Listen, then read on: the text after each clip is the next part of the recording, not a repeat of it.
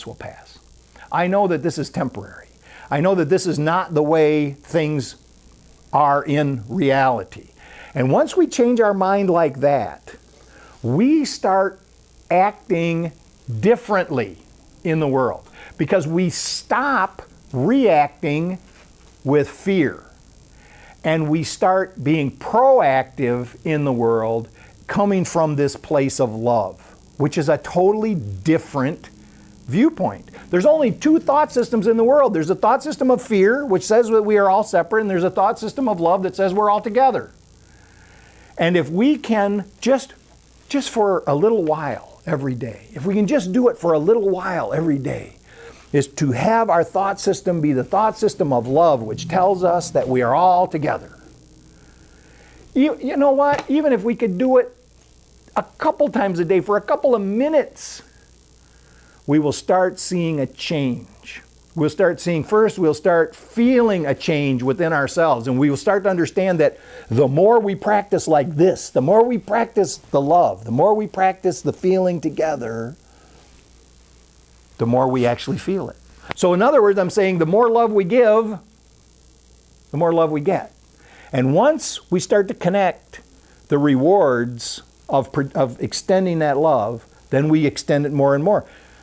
The ego argues with this all the time because look at what, so I go through my day to day and I look at the end of the day, I look and I see that, I really wasn't that nice to that person and I kind of didn't notice this other person. I didn't give them recognition. There's a list of things. And then I look and I think, only for a few minutes today was I really be able to interact lovingly with these people. And the ego says, see, you really are not any good at this. You really, man, you suck. Look at all this stuff you did. Even if it's only in our minds, we feel guilty about it. Even if we don't, we didn't actually do anything, right? So, but the point is, if I can do it for a minute, I can do it for 2 minutes. And I can keep extending that. And the more I do it, the better I'm going to get at doing it. And I'm not even suggesting here that, next week or next month that we're all going to be walking around perfect.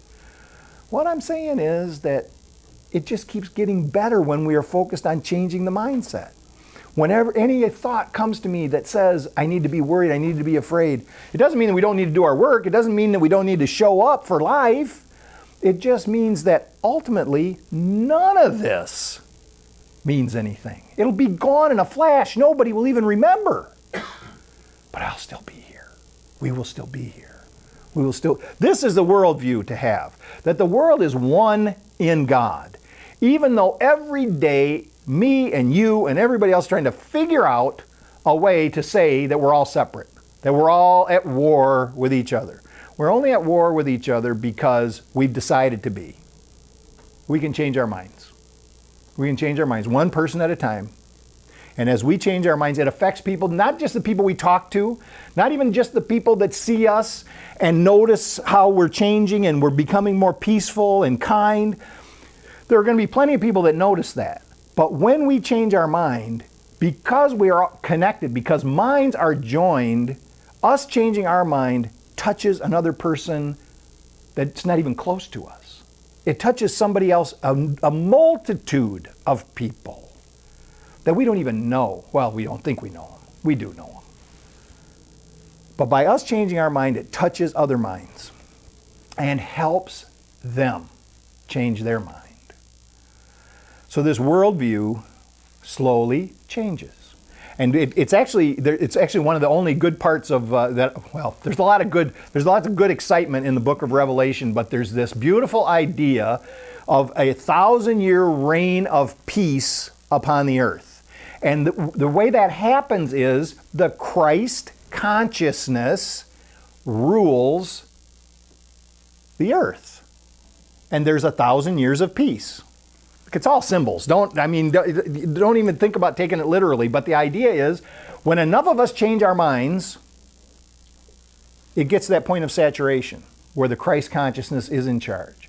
And then the world that we see will be a world of peace. Instead of seeing war, we will see a garden. But you can do that right now. for yourself. Each and every one of us can begin to see the world from the eyes of love through this vision of peace. And every time we see it differently, just say, I know, I recognize it. That's the way it looks. But in my heart, I have a deeper knowing that really it's a world at peace, in love. And that's the view that I want to hold. That's enough.